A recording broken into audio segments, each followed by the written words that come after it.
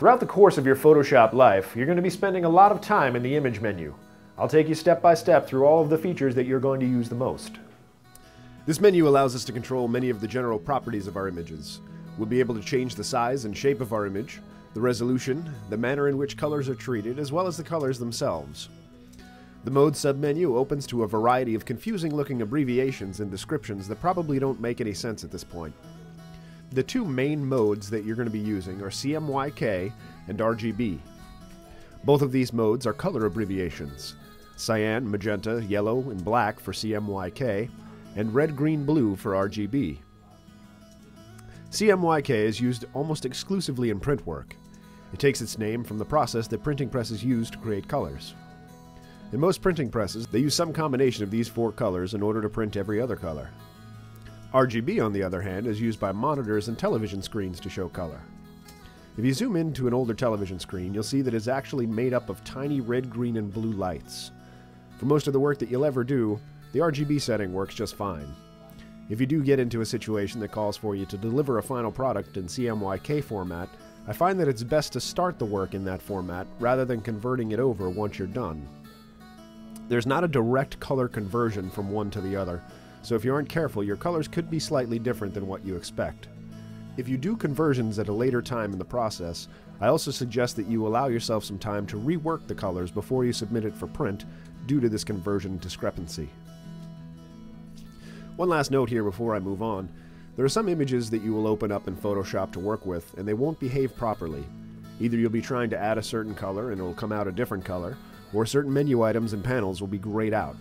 This can usually be solved by looking into the image mode and making sure that you have it set to RGB. The Adjustments menu is where we find all of the color correction options. Later on in this series, we're going to look at color correction in great detail. At this stage of the game, I want you to open up an image and simply play around with these options to familiarize yourself with how they look.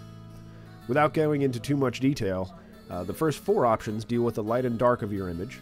The next section deals with how color is treated. The third section basically controls the color separation points. HDR and shadows and highlights are more light and dark functions, and the last group of controls are the quick functions. These options are accessible with the other functions, but here they offer us a quicker route. Each of these correction options operate in much the same way. You select the one that you'd like to try out and simply start moving the sliders around. As long as we have the preview box checked, our changes will show up in real time right on the image that we're working with. Just remember that if you confirm your changes and you want to save your image, that you do so with a different file name from the original. Because once you save over your original, any changes that you've made will be permanent and you won't be able to undo them. The last section that we're going to take a look at is the transform section. First off, the difference between image size and canvas size. Remember it this way: if you want to enlarge or reduce your photo, use image size, and if you want to change the area that you're working on, use canvas size.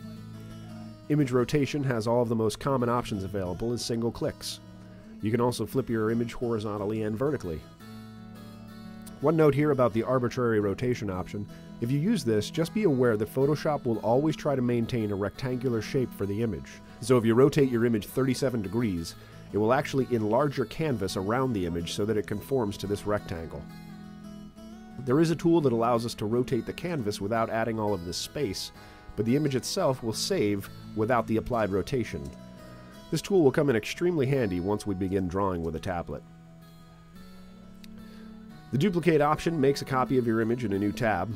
Apply image and calculations compare images or layers within an image to one another in order to adjust color data, and are actually the foundation for similar tools used in forensic science. The remaining items on the menu are more advanced features. That's all for now. Please remember to comment, rate, and subscribe below, and if you have any questions, send them to requests@mahalo.com.